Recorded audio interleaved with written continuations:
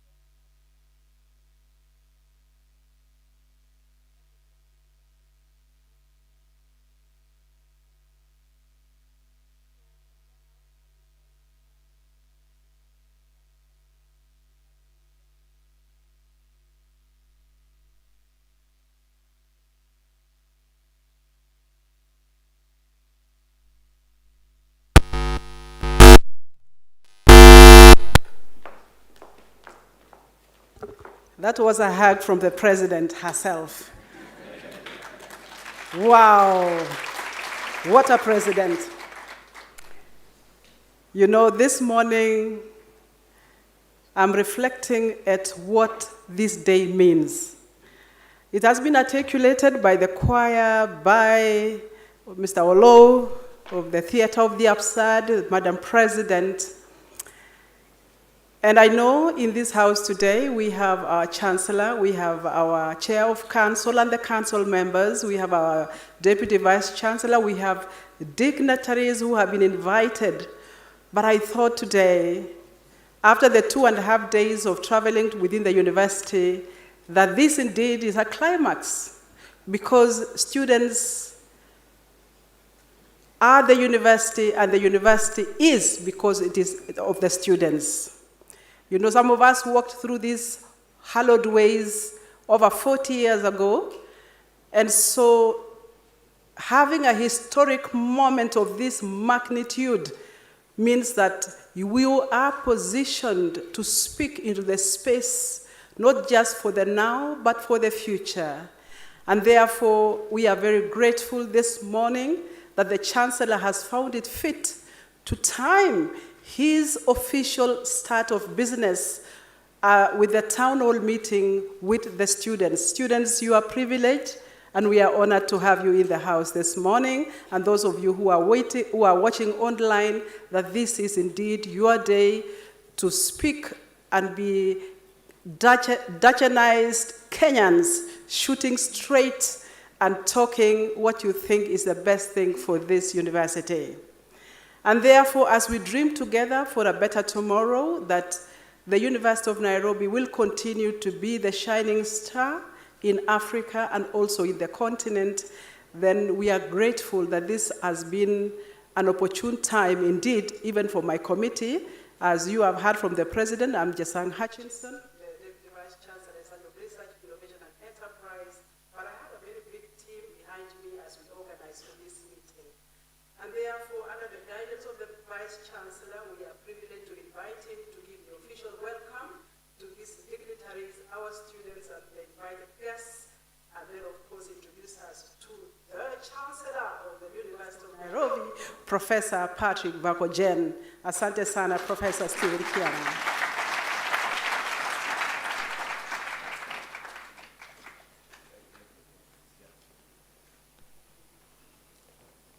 Yes, thank you. Thank you, Professor Margaret Hutchinson, the Deputy Vice Chancellor, Charge of Research, Innovation and Enterprise.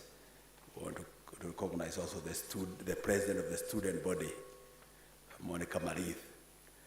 This is a town hall, which is between the Chancellor and the students, town hall meeting. But many others have come to join us.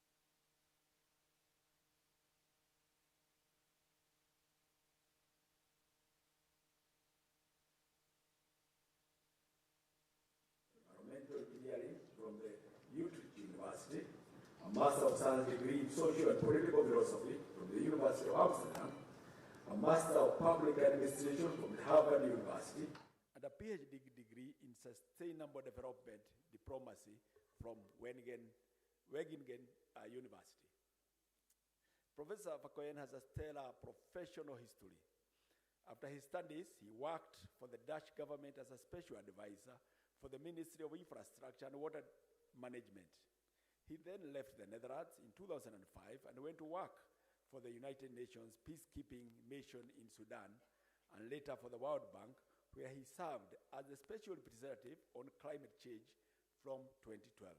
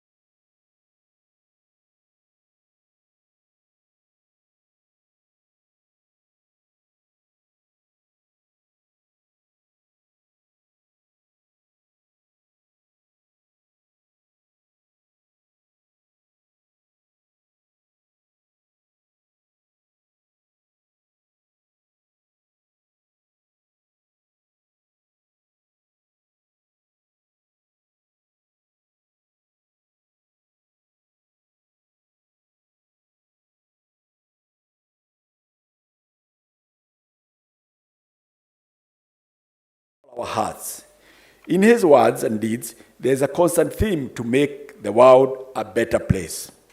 He has dedicated his career to working alongside global leaders to drive climate adaptation. As the CEO of GCA, Professor Fakoyen, on September 5, 2021, convened the second Climate Adaptation Summit at the GCA's headquarters in Rotterdam. The Netherlands, bringing together global leaders from across governments, international organizations, multilateral development banks, the private sector, mayors, civil society, youth leaders, and the other stakeholders to raise the world's ambition on adaptation. I was part of some of these meetings.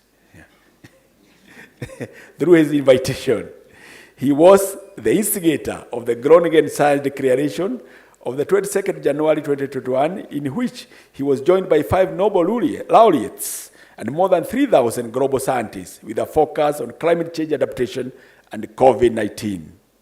This declaration calls on world leaders, decision makers, and investors to change the way we understand, plan, and invest in changing a climate, and in doing so, to ensure that we limit future damage. Professor Fakoyen also pursues climate adaptation justice for the world's most vulnerable people, wherever they may be. Professor Fakoyen is a true friend of Africa.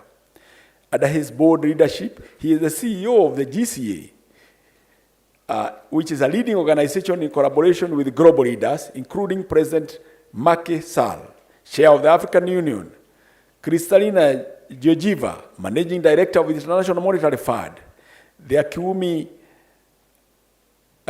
Adesina, President of African Development Bank, to mobilize $25 billion in adaptation financing for Africa through the Africa Adaptation Acceleration Program. He is targeting to mobilize over $30 billion in investment to scale up climate change adaptation across Africa. He continued to support other initiatives to ensure that Africa receives sufficient support for its adaptation initiatives. On 5th September 2022, he moderated an Africa Adaptation Summit themed of GCA high-level dialogue for the COP27. The summit was jointly hosted by the GCA, the African Union, the African Development Bank, the International Monetary Fund, the African Adaptation Initiative, and the Climate Vulnerable Forum, and adopted a 5-point agenda that they considered critical to ensure adaptation breakthrough for COP27 in November 2022 in Egypt. This revolved around meeting the funding needs for Africa by providing adaptation finance to support the African Adaptation Acceleration Program and its upstream financing facility. Professor Fakoyen is not new to Kenya. In 2011, he initiated the project Triple Win of Climate Smart Agriculture and put into practice as head of Climate Smart Agriculture at the World Bank. The implementation of that project involved the participation of about 60,000 farmers in Kisumu and Kitale regions of Western Kenya in the first agricultural soil carbon project. The project has helped transform small-scale farming by letting farmers practice climate-smart agriculture and improve their livelihoods. By adapting climate-smart agriculture techniques, the farmers are getting higher yields, improving the resilience of their crops to drought, and creating stronger soils that sequester more carbon. In 2022, he joined Kenya's fourth president, His Excellency Uhuru Muigai Kenyatta, to announce an important partnership between the University of Nairobi and the GCA and other partners to implement a program that will enhance the climate resilience of Kenya and the East African infrastructure, and to scale up digital solutions that are critical for generating jobs for Kenya young people. At the forum held at the University of Nairobi, President Kenyatta was appointed as a global champion of the African Adaptation Acceleration Program. The partnership between GCA and the University of Nairobi is focusing on 4 priority areas, covering national investment pipelines, asset-level investment, resilience, capacity for mainstreaming climate adaptation, and disruptive technology for climate resilience infrastructure. The above partnership builds on the shared interest between the two institutions on the environment, climate change, and the specific promotion of adaptation. Last year, on the sidelines of the African Climate Summit, organized by the government of Kenya, Professor Patrick Fakoyen convened the high-level intergenerational dialogue at the University of Nairobi Wangari Maathai Institute that was attended by, among others, the global leaders, including former UN Secretary General Ban Ki-moon, Graça Machel, and the President of African Development Bank, Adesina Kiwumi. His appointment as the Chancellor of the University of Nairobi reinforces the place of the institution as a world-class institution, linking with the university's leadership in research, teaching, and community engagement on the environment and climate change, as evidenced by the existence of 3 institutes and the centers of excellence and numerous academic programs of these themes. His work demonstrates the urgency of action at the global and local level to address the existential threats of climate change to humanity and the importance of collaboration between various stakeholders, including the global leaders. Ladies and gentlemen, it is in recognition of his distinguished academic leadership career in climate change and adaptation that the University of Nairobi awarded Professor Patrick Fakoyen the degree of Doctor of Science in September 2022. On the same day, he was appointed the distinguished chair of Wangari Maathai Institute, where he has worked hard to raise the profile of the institute through various climate adaptation initiatives and programs. On 12 January 2024, His Excellency President William Ruto appointed Patrick Fakoyen as the 6th Chancellor of the University of Nairobi.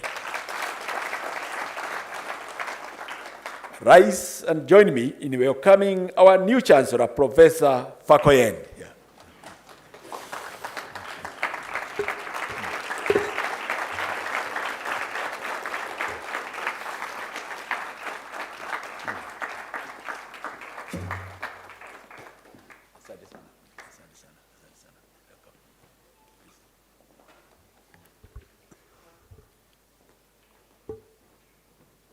Last night I was at Citizen TV, and some of you may even have seen it.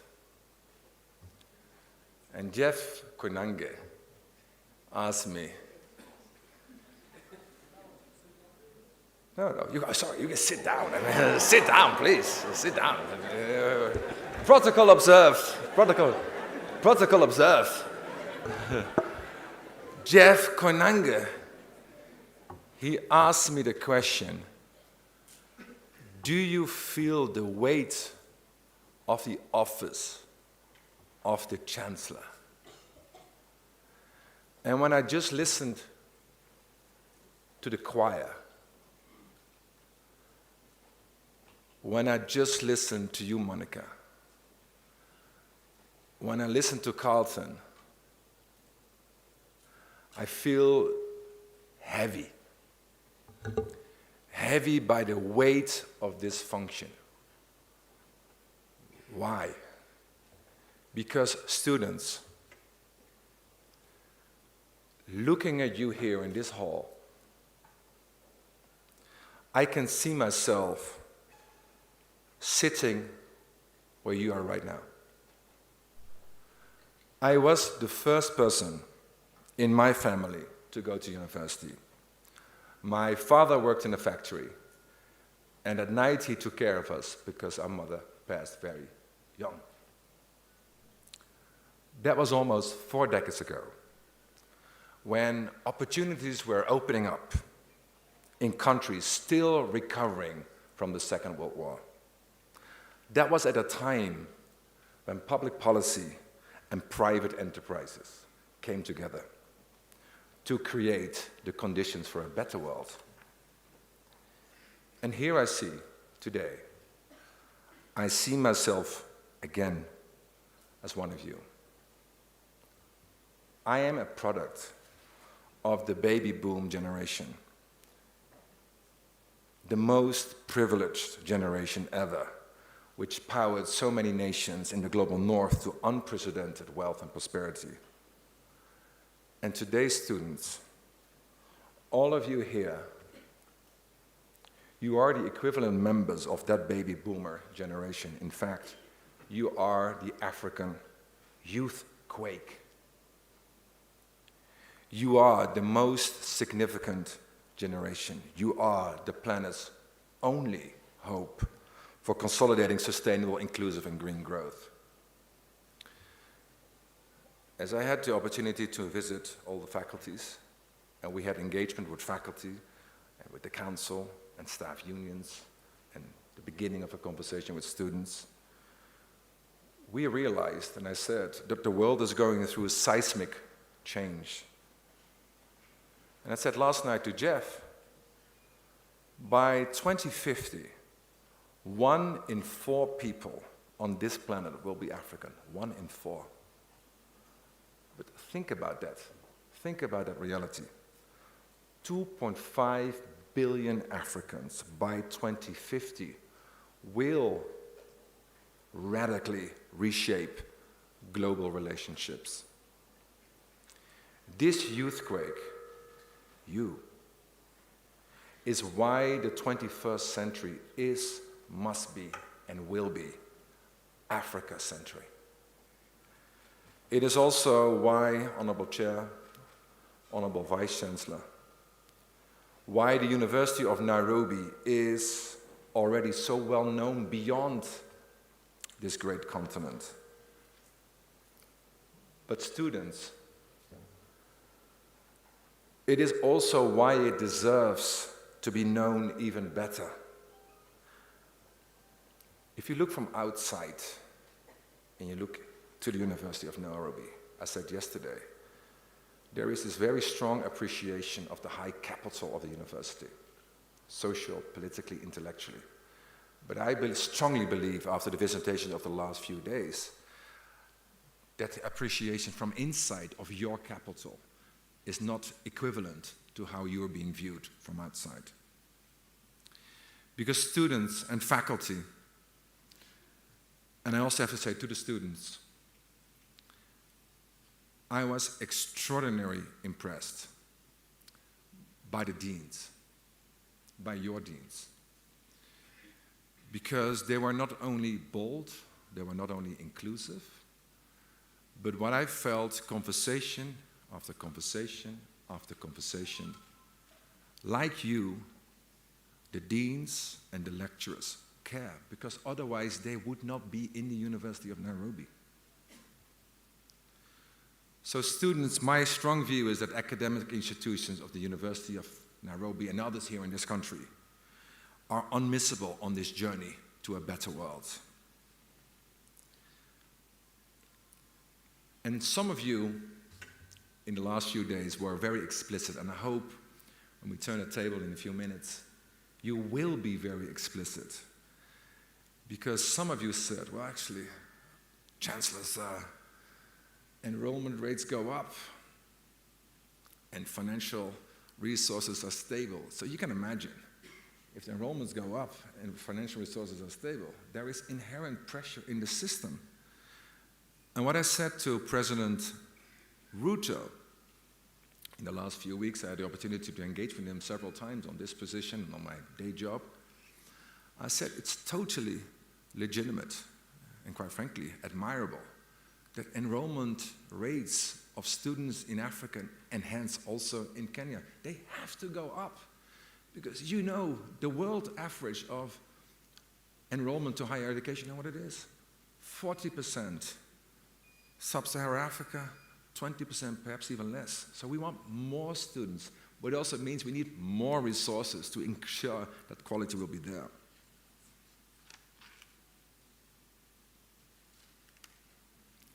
As I said to the Vice-Chancellor, as I said to the Chair of Council, as I said to the Council members, as I said to the Deans, it's not a smart strategy to expect that overnight government resources to the university will double, will triple, will quadruple. Why? Because this country, this continent, is still recovering from a COVID crisis, is feeling the burden of the climate crisis. I'm sure many of you who not necessarily live in Nairobi alone are grappling with these realities. You're grappling with the cost of living crisis, inflation crisis. What you had in your pocket, little as it was, is even less in value than it was a week ago or a month ago.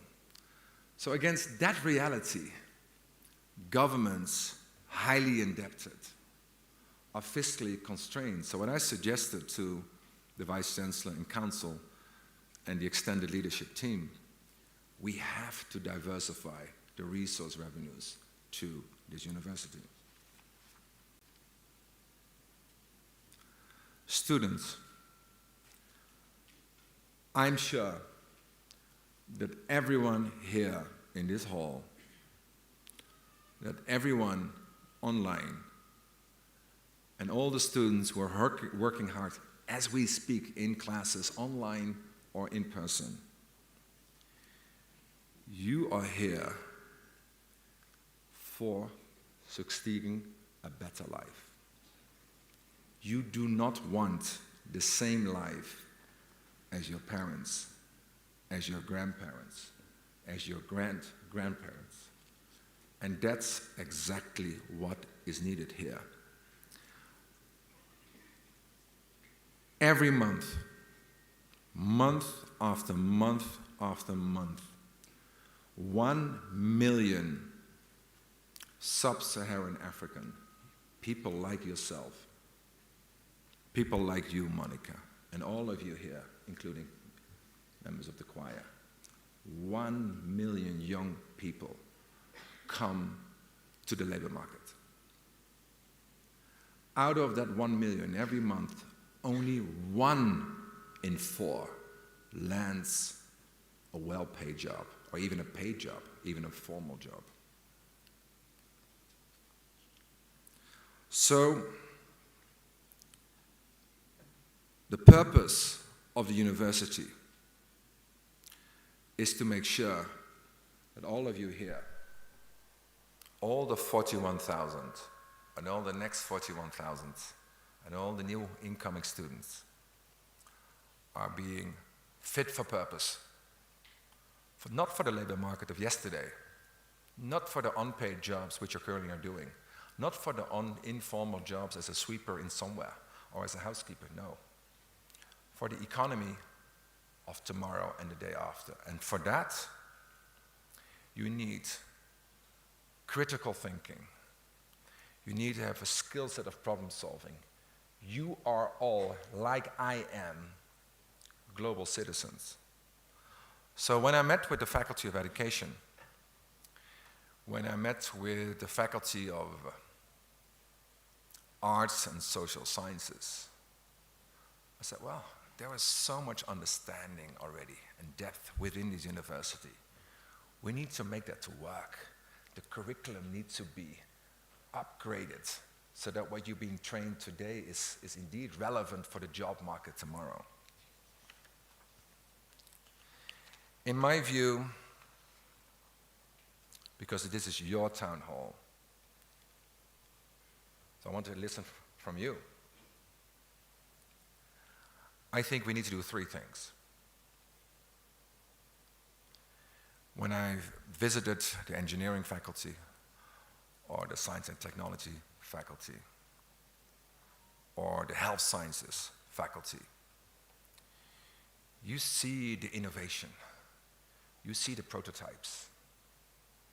But what is needed is to commercialize these innovations. What is needed is to build platforms between the great stuff which is being happening in the university and the global community. Secondly, on the global community, I think, Monica, you referenced that. And I said it in the last few days because I strongly believe in that. The University of Nairobi is already the premier institution in the country, even in the sub-region. But quite frankly, that is not good enough. That's not good enough, not just for me, that's not good enough for you. Why is it? In the top 10 of the universities on this continent, 1, 2, 3, 4, 5, South Africa, 6, 7, South Africa, 8, 9, Egypt, 10, this university. Why is that? Look at this, all the assets, the best brights and minds of faculty, government support. We have to be the #1 university of this continent. Because that will allow you, and not just the University of Nairobi, but all the universities of Kenya, to rise. And for that, I strongly believe that indeed my mission on how I want to be judged by you students and faculty and deans of faculty and senior management and council on how effective I am in being this transmission belt between the University of Nairobi and the global stage. It's vital to be very disciplined in terms of the partnerships we want to pursue, and I hope that in our conversation we can go a little bit deeper. Thirdly, what is the top priority? And I think, Vice Chancellor, you referenced that as well. And the Deputy Vice Chancellor also introduced this. Quite frankly, there is no university without students. But there is also no university without faculty. And there's also no university without non-technical faculty. There's also no university without management or council. So this investment in people is absolutely vital. Some of you said in the last few days, in a setting like this or even private, and I hope that that student is here. I referenced him yesterday. It was this English literature student. Is he here? He said, I signed up to the University of Nairobi because I had a dream that this university, as the premier university, will bring me to a different world. But now here I am, disillusioned in what I expected the university to bring, in what it is delivering today. So I, as you heard perhaps yesterday, I said, well, I acknowledge that. I sympathize with that. That's why I'm very delighted that senior management took the bold initiative to have a new strategic plan to lift the university. But I also said to the same student, as I'm telling to you now, that next chapter of the University of Nairobi, not 5 years, 10 years, 20 years, in the next 6 months, in the next 12 months, when you're here at the university, still has to be written. So this investment in people across the board, curriculum development, appreciation of staff, financial compensation, that all is being relooked at. But that cannot be relooked at in splendid isolation by management alone. That obviously needs to go hand in hand with your views. So, students, my exam question for you, not just today, but in the coming days, in the coming weeks. I know you have exam week next week, but the overarching exam question is, can the University of Nairobi succeed and thrive in a changing world? Can it? I am certain of it. In the last 3 days, I went from faculty to faculty, 10 in total, obviously in a very compressed way. I have been overwhelmed. And as a Dutchman, it is quite, let me also be open, unusual to be emotionally touched. We come in, we're executive, we go in, and we go out. But when I went to these faculties, and when I saw this innovation, I mean, we have the Dean of Health Sciences here. There was a faculty member. Everybody was very nervous because we were running out of time, but this faculty member, extremely passionate, he said, "Chancellor, sir, I'm working on an HIV vaccine. I'm almost there. I'm almost there. I need global partnerships to push it. I, faculty member, have worked on the Ebola vaccine. It's now being used in West Africa, but I'm working on this. We need to lift." Another faculty member said, "I'm building drones." Callum, you just referenced sort of Jubilee. He said, "I'm building drones, the next generation, the next innovation for farmers to use new technology to increase their productivity." So there are all these innovations here at this university. We need to bring them to incubate and to commercialize. Over the last few years, yes, I have been here in Kenya a lot. From Mukuru to Makueni to Kisumu to any other county. And as I said yesterday, and as I said in the last few days, I brought even my children with me. When I see your families, there is something incredible there. You meet, you see the reality on the ground. It is tough. Walking 3 hours to fetch water. Walking back. Nurturing your children. Not enough money to have your children going to school. It's one way to say that dreams have to be big, but dreaming from that reality to the University of Nairobi to something else, that is very, very difficult. But visit after visit after visit, I was impressed, I am impressed by the resilience of the people of Kenya, by the creativity to make life work. And that resilience and that creativity and that adaptability is precisely the skills which is needed for this university to lift.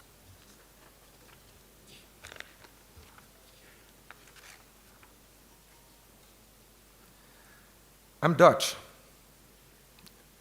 and in the last few weeks, I expected something in the show yesterday with Jeff. What I expected, not knowing the show, I expected indeed sort of softballs, kind questions. But I also expected cynicism, skepticism, criticism. Why? Why not a Kenyan as a chancellor? Why not? Look at all of you. Why not? He's not even African.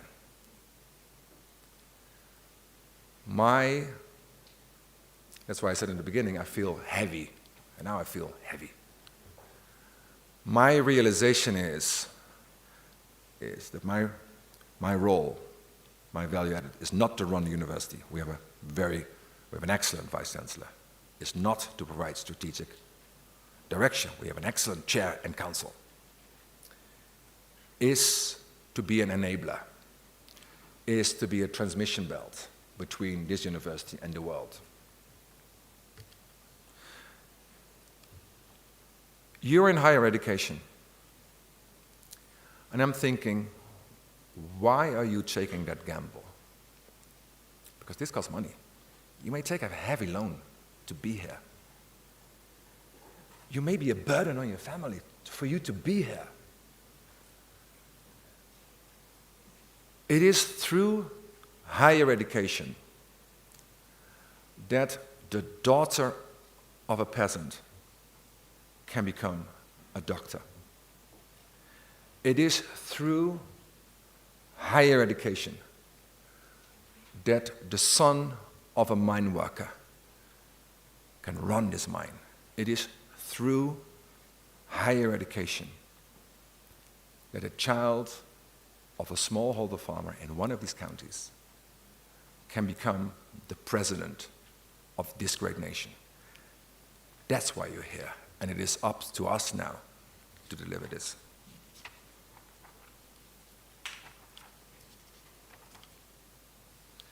In the last few months, when I met with President Ruto, he's an alumnus of this university. He was the former cabinet secretary of higher education. We don't need to convince him that education written large, and that higher education in particular, is a vital priority. And what he told me in the conversation of being appointed, he said, Patrick, Africa is neither poor nor desperate. We are not beggars. We have something to offer, not just for Kenya, not just for Africa, but to the world. So after January 12, he said, Mr. Chancellor, the weight is on your shoulders to work with faculty, to work with council, but particularly to work with students to lift. You have my full commitment. I'm not the Son of God. I'm the son of a very poor worker. I know what it takes to move forward. It takes determination. I am very determined to make this work, but I want to be, like you, judged on my actions. So Monica, I'm very keen to listen to students, because when I was in Makueni, a couple of months ago, there was a woman, like the choir here, they invited me I had this ceremonial marriage. And she said, there is no shortcut to the top of a palm tree. We all have to put in our hard work, and that's what I'm going to do. Thank you very much indeed.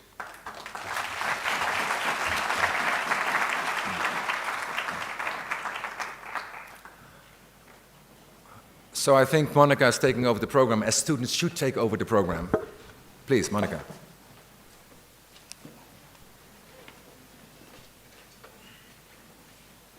Maybe a little bit more here, closer to the students.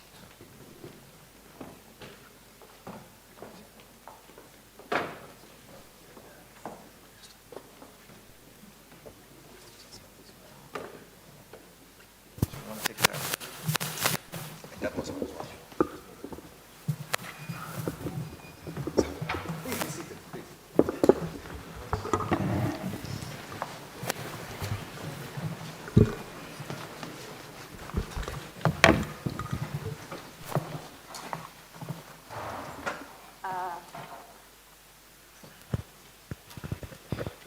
Like you have heard, it's now the time of students to ask questions. But then I will ask him one to set off the stage for students. When you are given to be the to be the Chancellor of the University of Nairobi, there are three things you said live on when you're live with Jeff. Now you could maybe clarify them to the students or tell them again, because I'm sure not all of them watched. Yes, thank you. So I mentioned them also just now in my brief remarks.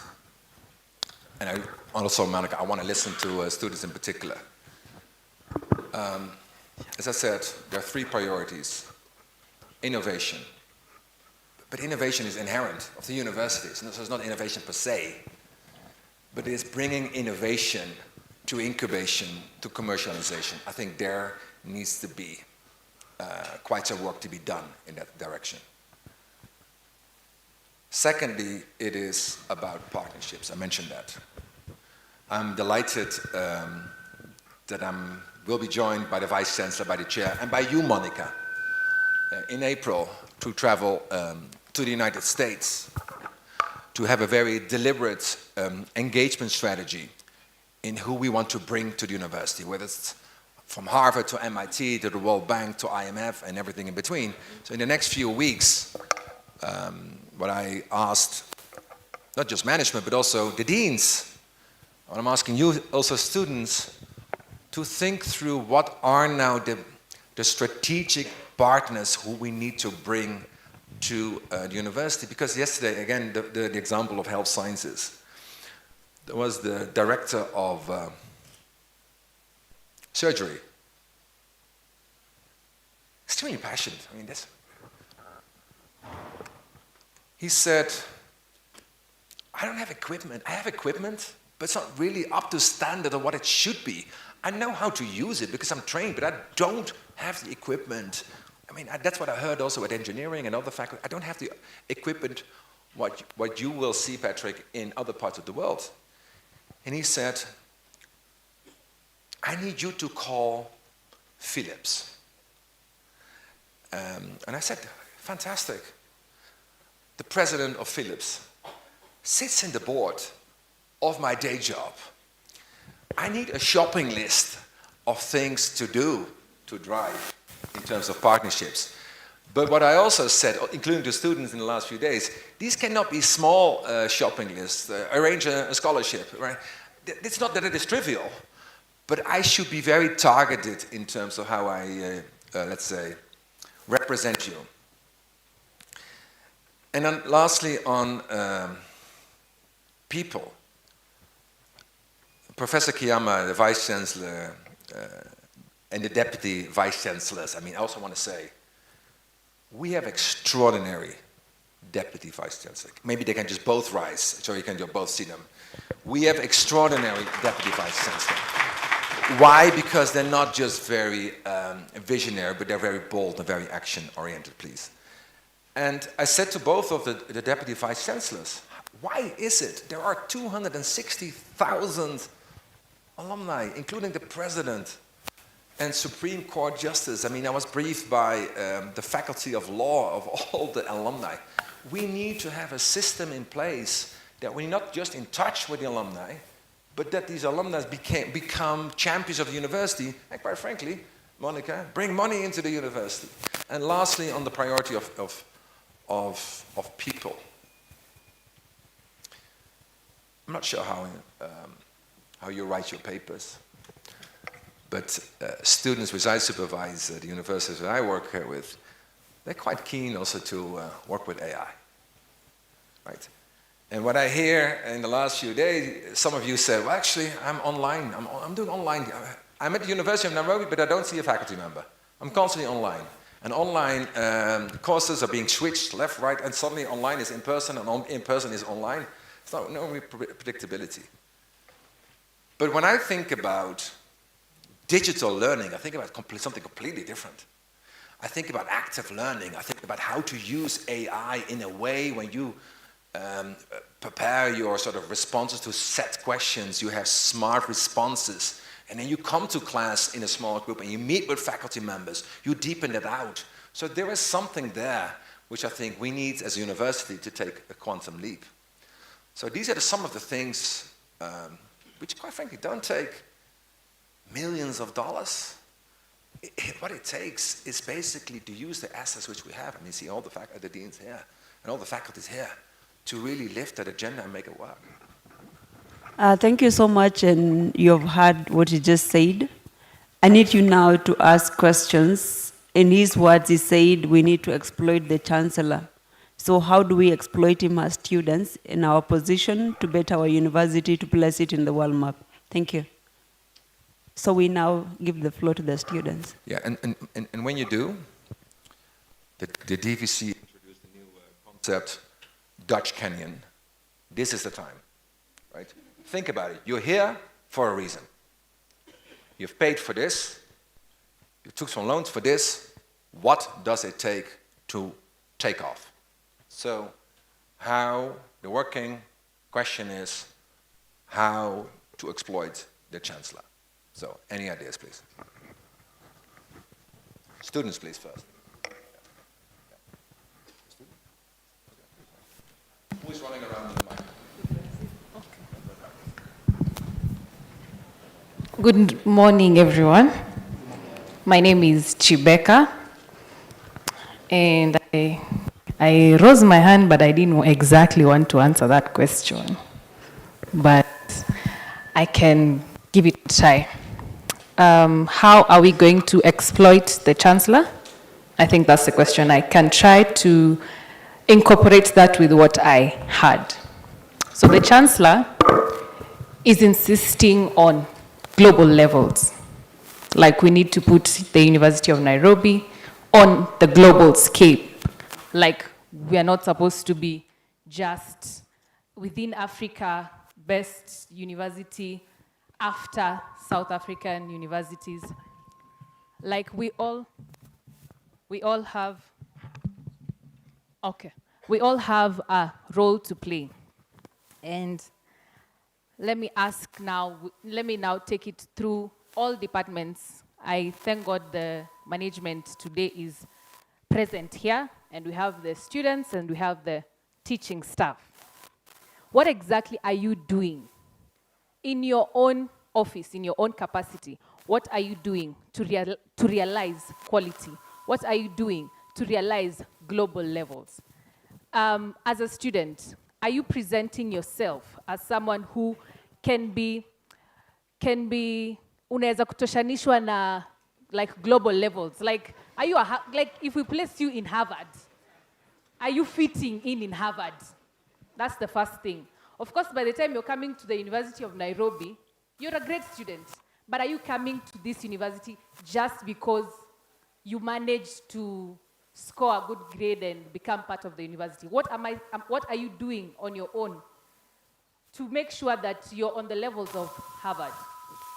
The teaching staff within our university, are you equipping, because your job is to equip these students that are the key stakeholders, and and are on the receiving end of what your job here is? Are you equipping quality? Are you equipping global levels? And to the management, because again, the lecturers are under you. Are you equipping these lecturers in a capacity that they are able to transfer that to the students who are on the receiving end? Everyone has a role to play in this situation. If all of us give our best in whatever we're supposed to be doing, it would then be easy for us to translate it to what the Chancellor is trying to achieve. We can only take advantage of his networks, take advantage of like where he is placed, if already we are placed properly within ourselves, okay? So I have a question that I'm not seeing coming up, and I'll treat this as a parliament, that nothing that I will say will be used against me.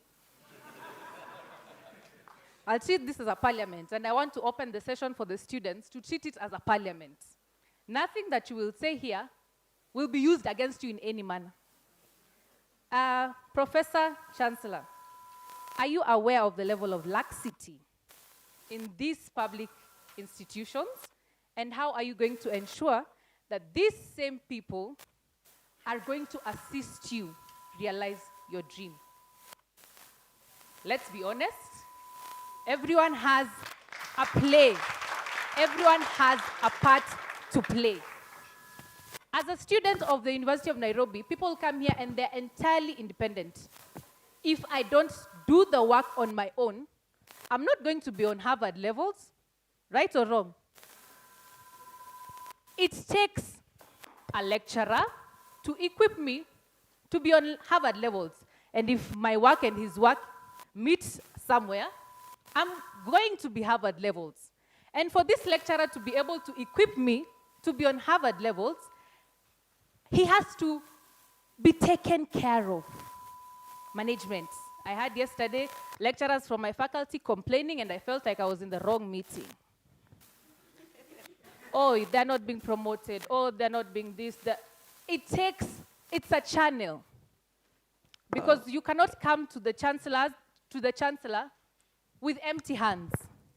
Right? Mkono mtupu haurambwi. I have to have played my role so that it's easy for us to realize the dream. Thank you, Chibeka. We now give a chance to others, and you have to be very straightforward with your questions and your contribution to give the rest of us a chance to also contribute. Thank you. Thank you, Chibeka. Thank you. Yeah, there is already one standing, so we can start with it. Yes. Good morning, everyone. I'm Bill from the Faculty of Health Sciences. With the indulgence, Prof. Pardon? I'm Bill from the Faculty of Health Sciences. With the indulgence, I'll have 4 questions, but before that, I'll give a background to that. During the Amsterdam Water Summit, you describe yourself as a pragmatic optimist, and you also say that we live inside the eye of the storm, that's climate change. You describe GCA as a knowledge broker. It brings solutions to scale up and speed up adaptation. You mentioned the need to scale up and speed up from all stakeholders. Besides being a student, I'm a liaison officer with the appropriate rural agricultural program based in Western Kenya, Busia. They sent me 2 questions, and I have my 2 questions. First question, in what ways do you plan to integrate climate change education and sustainability initiative within the university curriculum to prepare students for challenges of the future? Number 2, how can students actively contribute to university's commitment to addressing climate change, and what opportunities will be provided to student-led initiatives? 3, as the Chancellor, how do you plan to position the university as a leader in research, innovation, and solution addressing climate change impacts both locally, regionally, and globally? And to my last questions, how do you envision leveraging your experience in climate adaptation to address environmental sustainability within the country and globally. And if you allow, I'll also welcome you to visit our offices, visit our farmers. Our area of focus is majorly sustainable agriculture, natural resource management, livelihood programs, inclusivity, and community health and nutrition. Thank you.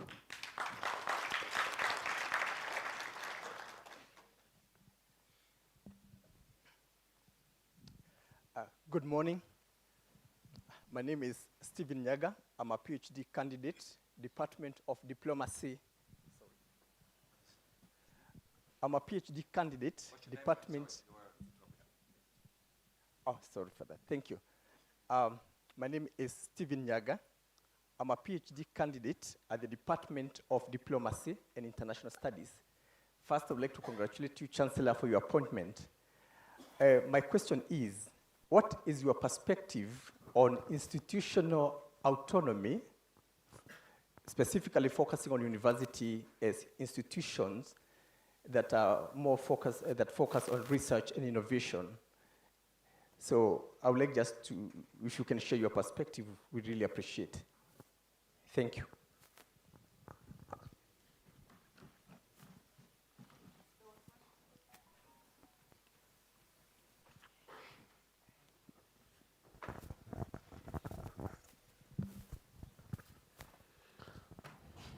Good morning, Professor Chancellor. My names are Robert Omwandi.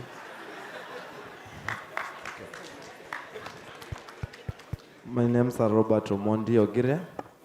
My question, as I was listening keenly to your presentation, you were talking about commercialization. Okay, in University of Nairobi, you talked very well that we should not rely from government funds, in that government is currently in economic crisis.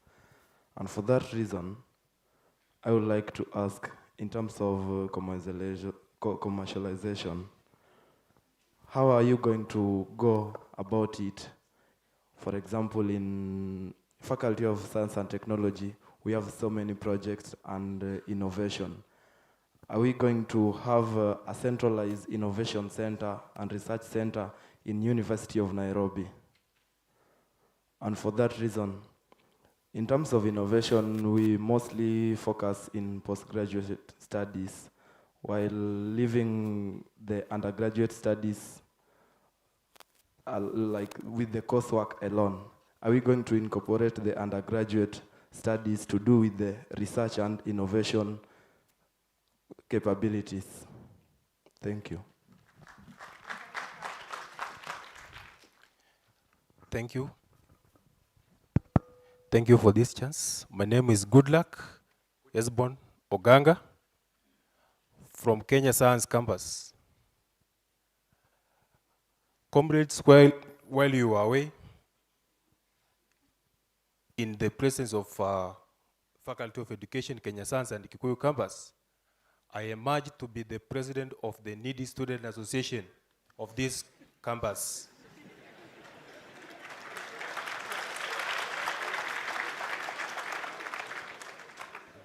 Having listened keenly to what the Chancellor has said, he emerged from a very humble background. Having considered that, all of us here, most of us, approximately all of us, we come from very humble background. On that note, I decided to one day to sit down and focus on this issue and try to come up with the solution of this. I will not work on it on myself. I need the assistance from those aspirants who are incoming UNSA aspirants and those who are there, including Malith. How are we going to end or assist these people who are suffering, comrades who are suffering, going what we call as kuinama, those who are lacking, and assist them achieve their goals. Chancellor, I decided, as I said earlier on that day, I decided that if possible, if we will collaborate from comrades to the administration, I decided to come up with a sample of an organization which I named NSA, Needy Student Association, whereby if this organization is registered by the school administration, by the university at large, it will spread like a virus to other institutions in this country, whereby we will help and assist these people. And I offered myself that I will be the president of that organization because I know what it takes, coming from a very humble background. Comrades, power. Comrades, power. Honorable Chancellor, esteemed members of the university administration, and distinguished colleagues, I stand before you today as a representative of the vibrant and dedicated students of the University of Nairobi. In recognizing the challenges faced by fellow students who are in need, I propose the establishment of the Needy Student Association, NSA organization. Our vision for NSA is to create a supportive community that addresses the financial and academic challenges faced by students with limited resources. By fostering a sense of unity and solidarity, we aim to ensure that no deserving student is hindered in the pursuit of education due to the financial constraints. The Needy Student Association will serve as a platform for collaboration, mentorship, and resource sharing among students. Through this organization, we aspire to establish scholarship programs, organize workshops, and provide essential resources to empower our fellow students on their academic journey. I kindly urge the Chancellor, the University Administration to consider supporting and creation of the Needy Student Association program. Together, we can make a lasting impact on the lives of these students, fostering an environment where everyone has an opportunity to thrive academically. I thank you for this opportunity. Kindly help me. Let us help each other. Let us join forces and... Thank you, thank you. Yeah. There is one here. Oh, okay, thank you. And be short and precise, please. All right. First of all, I want to congratulate you, Professor Chancellor Patrick Van Kujen, for being appointed the Chancellor of University of Nairobi. My name's Ivy Wamboe Mushoki. I have been privileged to actually work with the new Chancellor, and I am the advisor to the Global Center on Adaptation representing Kenya. My name is Ivy, and I believe that this is the time for Africa, and I believe that this is the time in which we as the young generation need to see what it is that is going to bring us together to form and bridge the stone. My question to you, Professor, is you spoke yesterday on your JK Live about the issue of immigration, and one of the key topics that was happening in the Italy summit was with regards to immigration. A lot of young people are going out there looking for greener pastures, finding out because of the lack of resources, lack of greener economy within our spheres in the continent. So what is it within your role, especially as the new Chancellor, what is it that we can do, especially within the education systems, to be able to compete with the AI technologies that are taking place? What is it that we can do to enable our young people to, within the education systems, to now compete with the AI that is even, as we say, the Elon Musk kind of era? How is it that we're going to input this education systems within our curriculums, within our systems in the education department? Thank you, sir. Okay, now we have to give him time to answer these questions as we prepare for the next set. Thank you. Well, first of all, thank you for being so open with me. So this Dutch Kenyan culture is becoming to flourish, which is great in and of itself. So Rebecca, on the 4 points you raised. And you pointed out management and faculty and students and perhaps even Chancellor to do things differently, perhaps do things even better. In the last few days, Rebecca, I was extremely impressed. I am extremely impressed by the frameworks which are already in place, the policies which have been adopted. And then you might say, well, I don't even know these policies, I haven't seen them. And there might be a policy which is shelved, right? So policies, documents, framework only have a meaning when they're being sort of enacted on. So what I think is now the golden opportunity, because Monica, you introduced me sort of yourself as a stepping stone for me. There is now a golden opportunity because this is the moment. And why is this the moment? There is now a new strategic plan for the university. Rebecca, I assume that none of you have even seen it or perhaps scanned through it. This is the time that that strategic framework is currently under consultations now. So do you have views? This is the time to express. This framework will be translated into faculty to operationalize this. You're in faculties. This is the time to do so.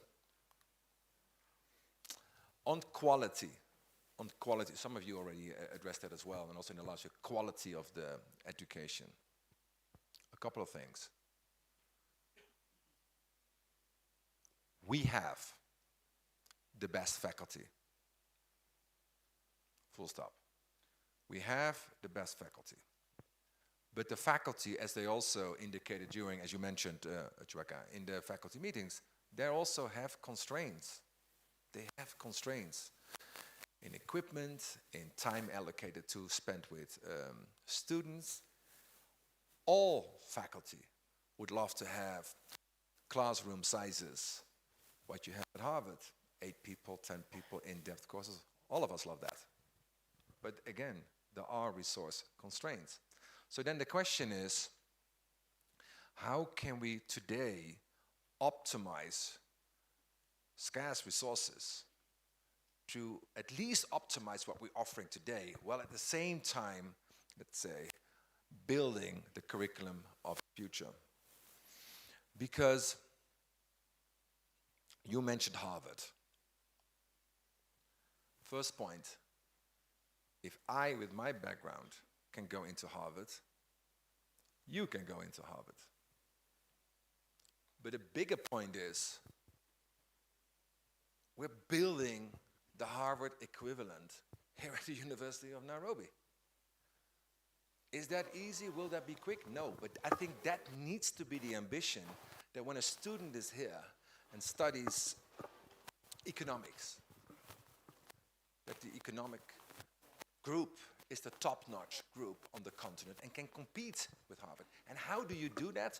It starts with benchmarking. So the discussions we had in the last few days with faculty and with students and with management,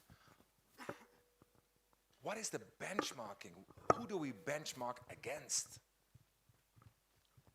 Let's look up and benchmark against the Ivy League curriculum, because curriculum development and curriculum changes not necessarily cost more money. It's a different way of teaching, because, as an old saying said, lectures are an effective way of teaching, but lectures are not an effective way of active learning.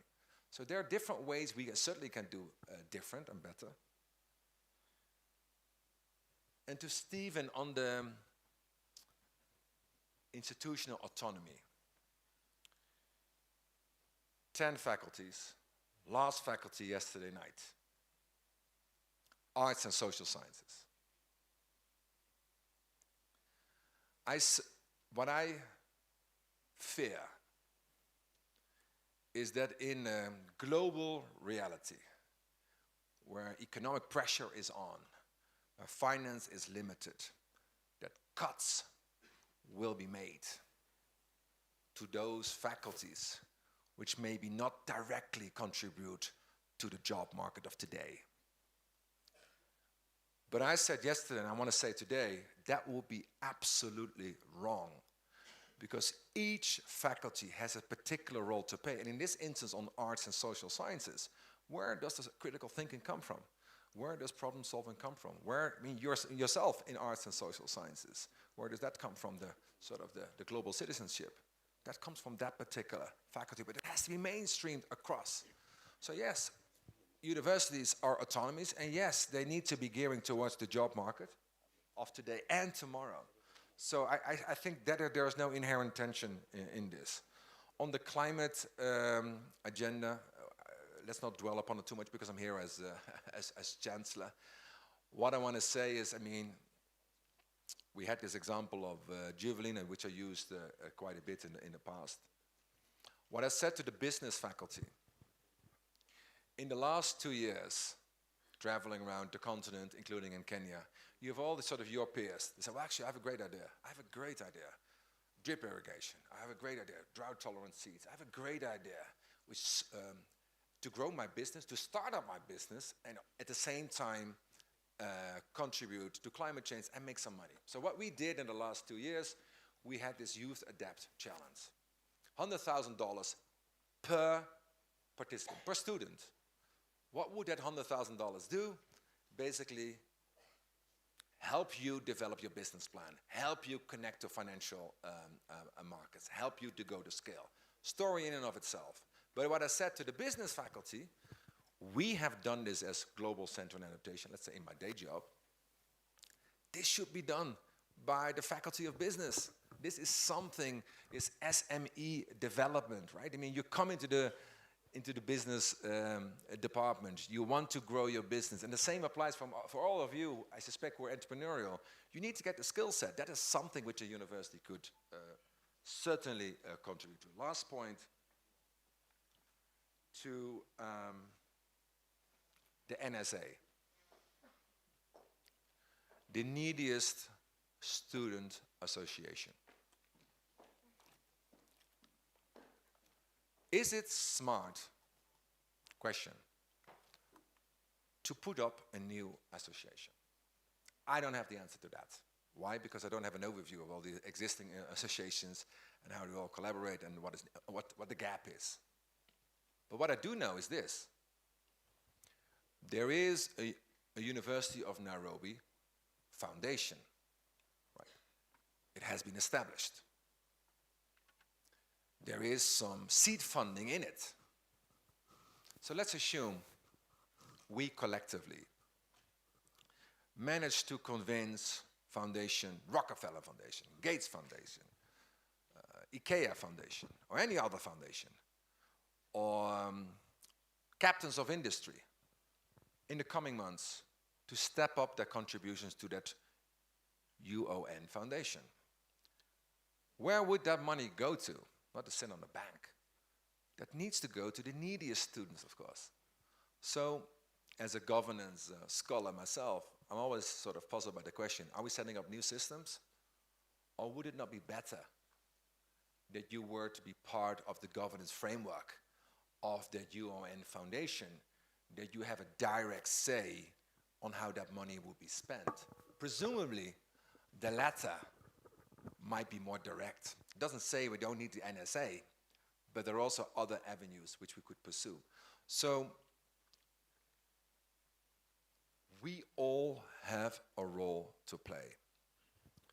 From management to faculty to chancellor to council to students. So, I know we're running a little bit out of time, Monica. What I hope that we would have these conversations not as a one-off. Because what I agreed with the Vice Chancellor, what I agreed with the Chair of Council, and what I agreed with the Deans, that in March, we host, for a better working title, a Chancellor's Gala. What would that do? Would it not be great?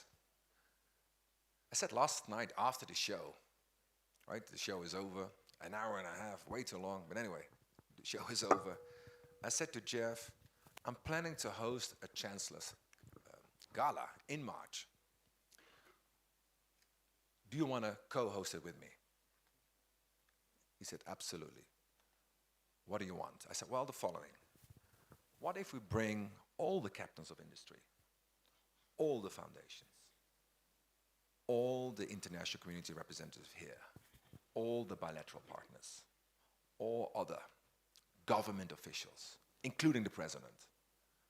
Why don't we bring them together in March? But these dinners, some of you have even joined them perhaps, but you will all join them going forward. They can be completely a complete waste.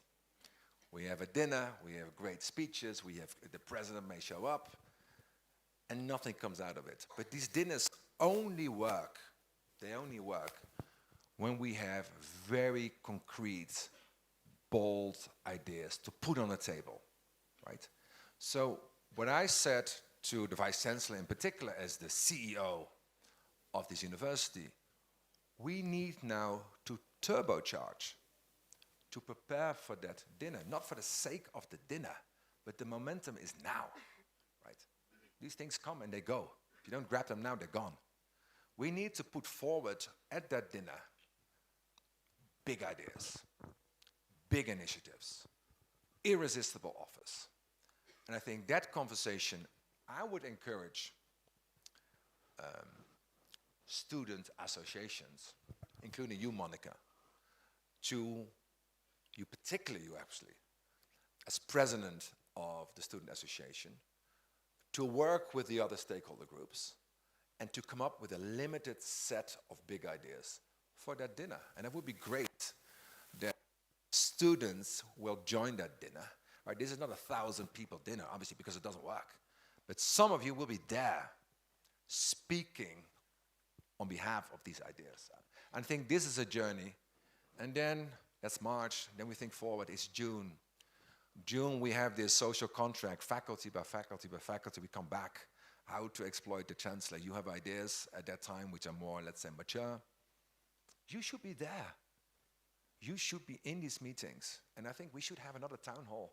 I don't even know whether, June, you're still here, but to take stock of progress. That's a thing when a social contract works.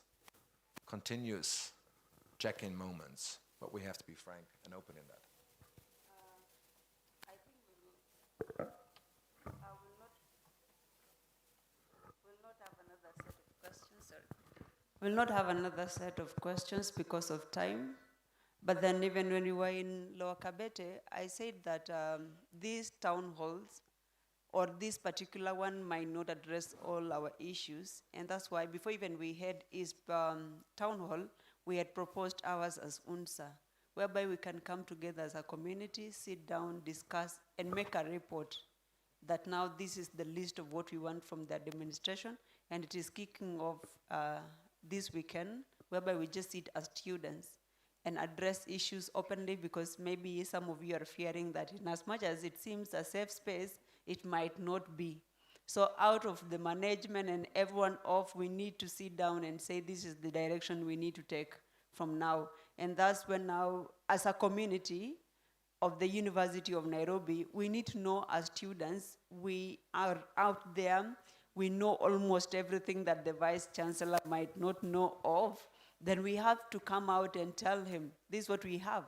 And I can say that he's very open. I've gone to his office several times and he doesn't block me off. And that's the same way to you. If you have anything to address, the Chancellor might not be here often, but we have our administration. We have to exploit them, start exploiting the administration before we go to the Chancellor. And from now, we'll invite the Dean of Students, who will give us a vote of thanks.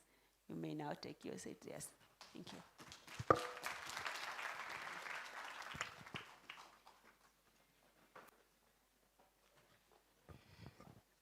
Maybe before the Chancellor takes the seat, the Chuna Circle has requested to award our Chancellor with a gift. You can come over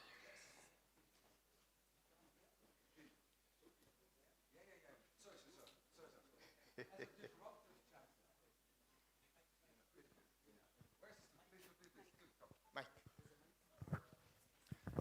As a disruptive chancellor, I promise, I am an active scholar, I'm an activist chancellor.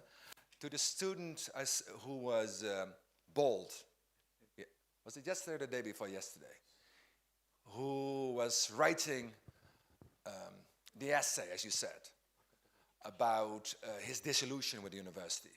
And I said, I need to work with you need to work with me, you need to work with management, you need to write the next chapter of the plot twist. He just gave it into my hands. Right, it's written, I have it here. But should we listen to this? I think we should read it out. Where is he? You should read. Go on stage.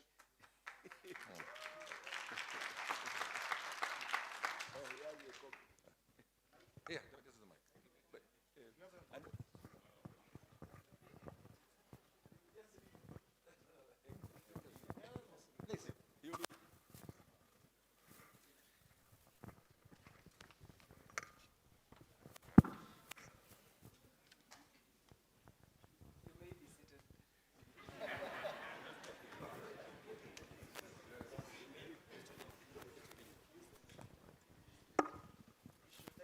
For the podium, maybe I'd feel a little bit comfortable with that.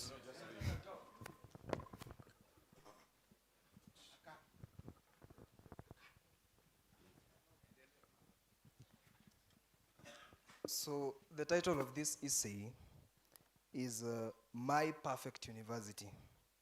Initially, it was supposed to be the expectations I had when I wished to join the university versus the reality I found when I joined the university.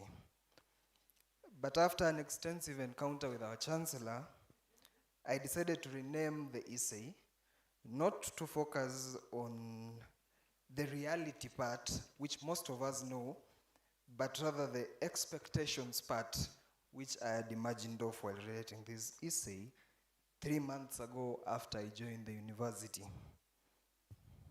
So the title of the essay is My Perfect University. There are many universities in Kenya, but then there is the university. I'm directly quoting the words of President William Ruto during a speech he gave at the Carnegie Mellon University in Pittsburgh. The ancient Latin poet Horace alluded the power of words to instruct and inspire imagination. And so, the words, but there is the university, might make one begin to think about what distinguishes the university from the others.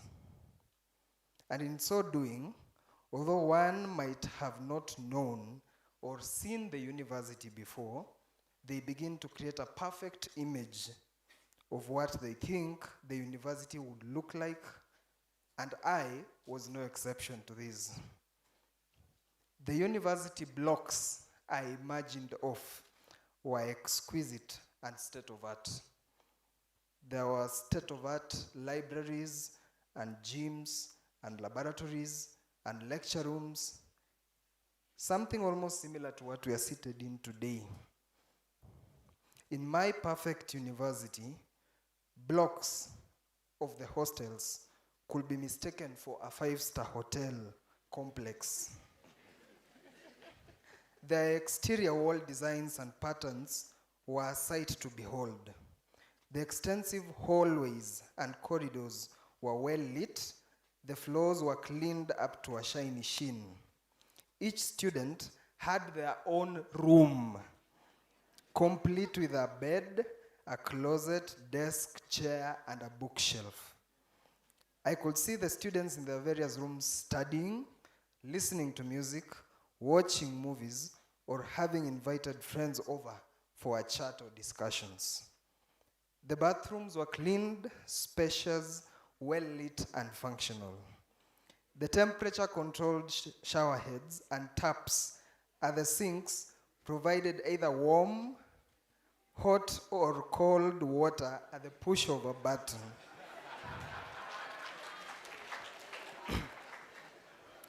The sinks never lacked soap for hand washing. The air-conditioned bathrooms never stank. Students from the rooms near the washrooms never complained about the bad odor from the toilets. There were never there was never a water or power outage whatsoever in any of its faculties because the automatic generators in them always had us covered. Food was never a problem at the university.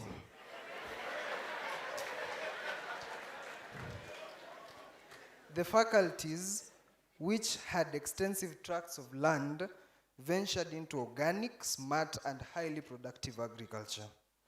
The students studying agriculture-related courses were at the helm of these projects under the instructions of their able lecturers and professors, thus providing employment to studying students at the faculties involved with agriculture.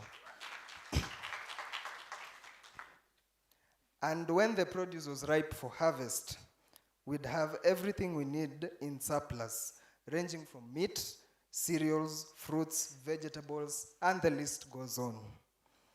With the produce at hand, catering services in each faculty will then have it as their role to prepare meals fit for royalty, both for staff and, most importantly, the comrade. The meals will be sold at an extremely affordable price.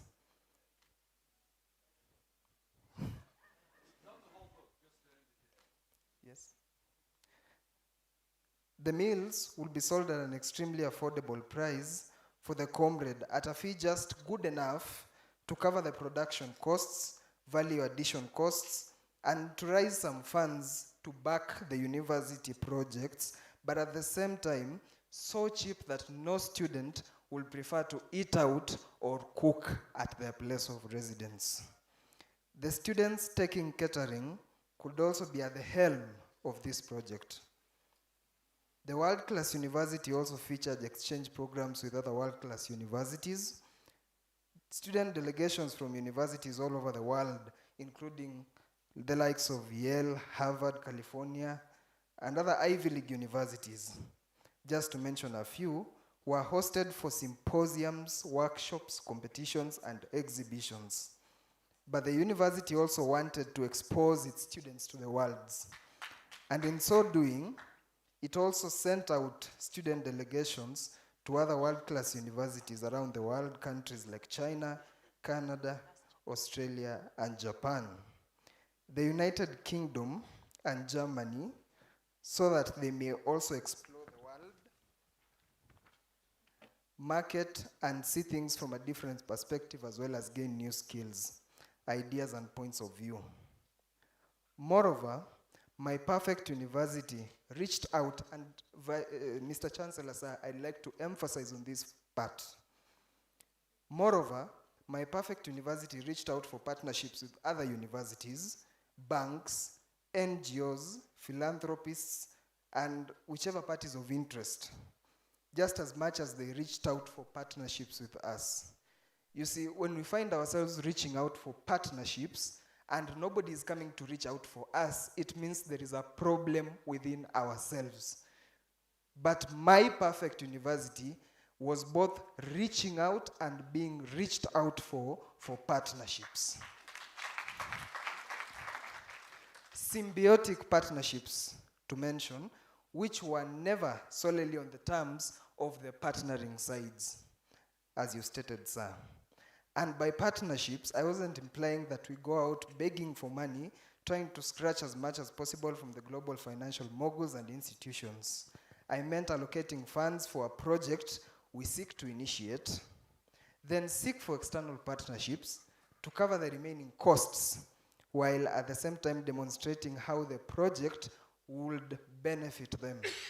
The main reason why we don't get these partnerships is that we seek for funds, but we don't tell the one donating what's in for them. How do they benefit from these partnerships?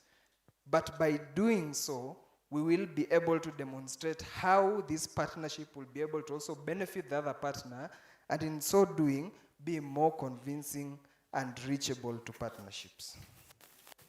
Maliza.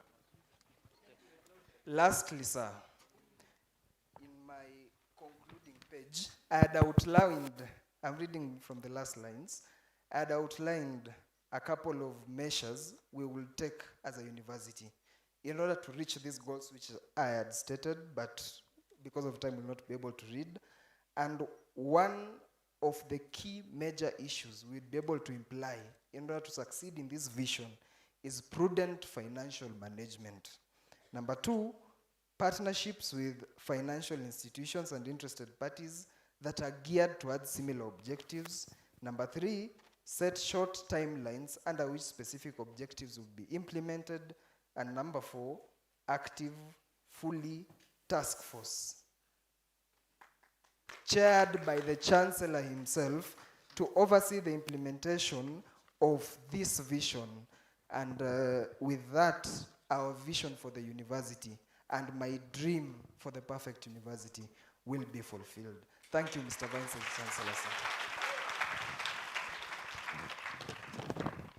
Thank you, student. Thank you for the opportunity to give our student to do that.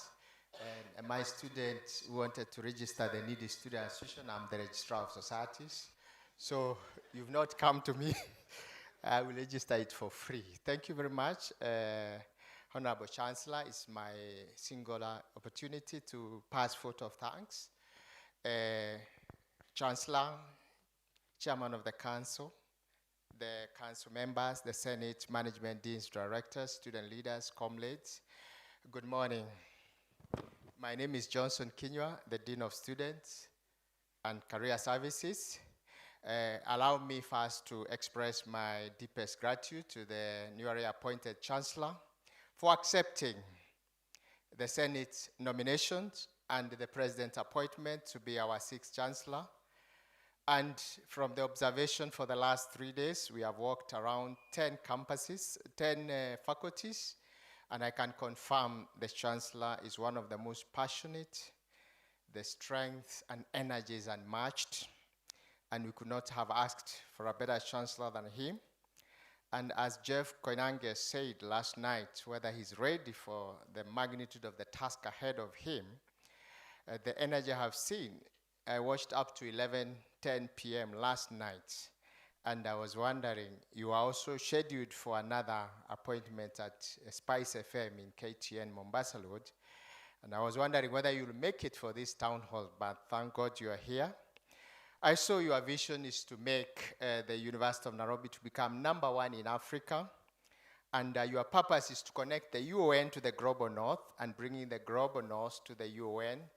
And this is in line with the Vice Chancellor's vision of making this university a vibrant, relevant, and sustainable university, transforming the society. And I want to thank you so much for accepting that, because we can see now the vision is going to be a reality in the next 50 years.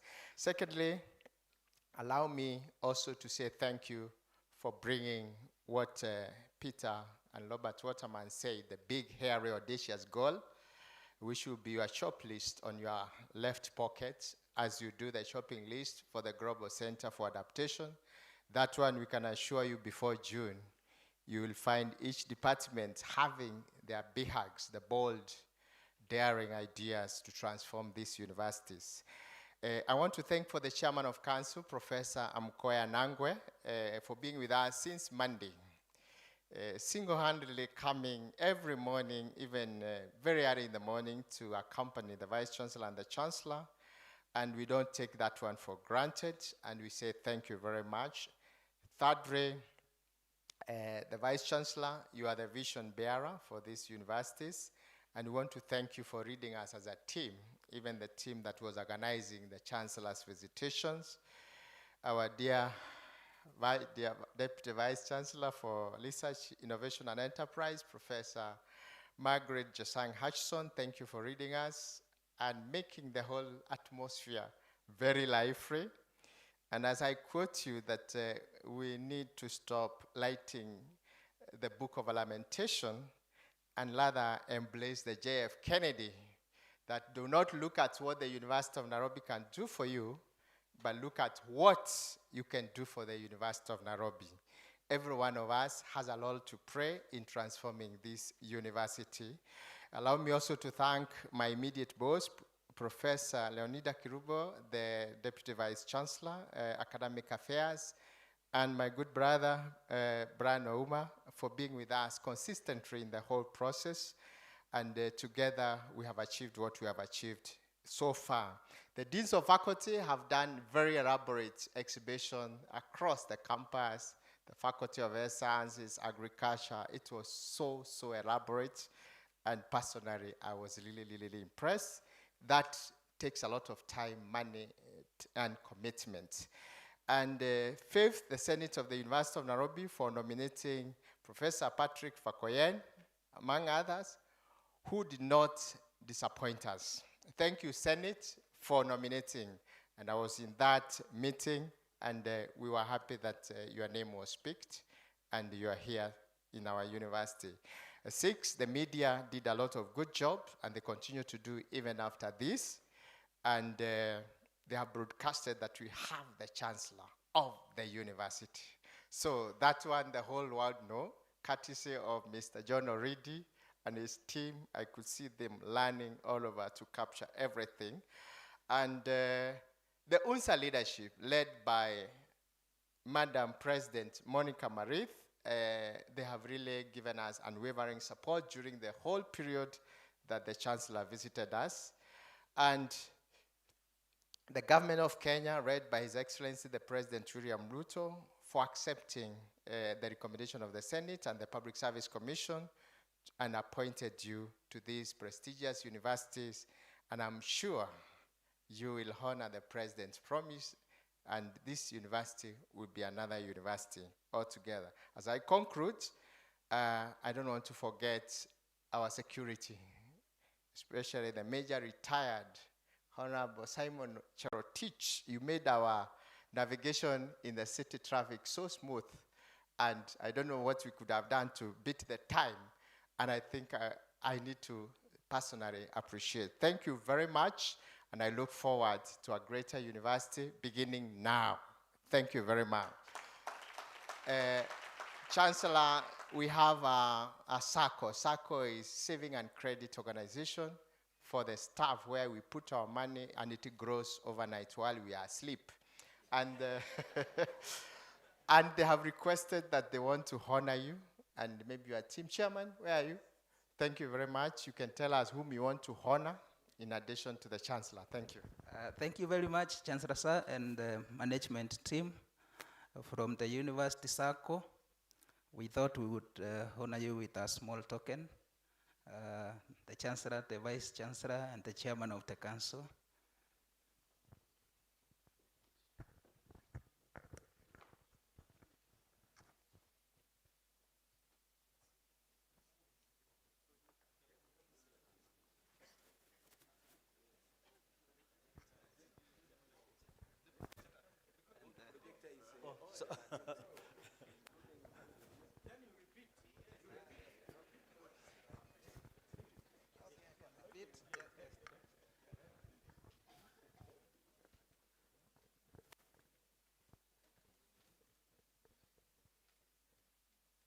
DVC Research, please also join for your gift.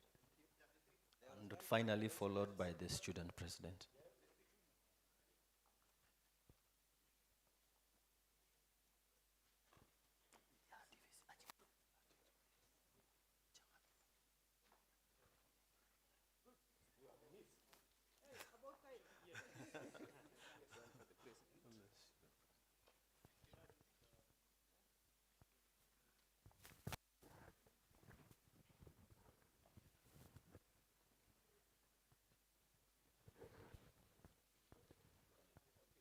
Thank you, and God bless you. Thank you very much, Junior SACCO, the University SACCO. Now we have come to the close of our program, and we request Reverend Hosea Mitei. And students, I forgot to acknowledge that you have left your card, your assignment, your exam to be here with the Chancellor. Thank you very, very, very much. We don't take it for granted. Reverend Hosea Mitei, please. We close with a word of prayer. And students, the Chancellor has bought some refreshments and snacks. Don't go. As you go, you pick your meal cards, and you'll be directed where you pick your food. Thank you. All students to leave through these 2 doors up here. And leverage. Thank you. Let's kindly be upstanding for closing. Let's pray. Now may the God of peace, who through the blood of eternal covenant brought back from the dead our Lord Savior Jesus Christ, the great shepherd of the sheep, equip you with everything good for doing his will, and may he work in us what is pleasing to him through Christ, to whom be glory forever and ever. Amen. Go in peace. Thank you. Students, use the front door. The staff can use the lower door. Thank you. Is it on the 5th floor?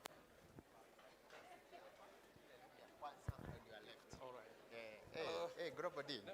I'm connected with the Global Chancellor. I've seen. Kinodi, how are you?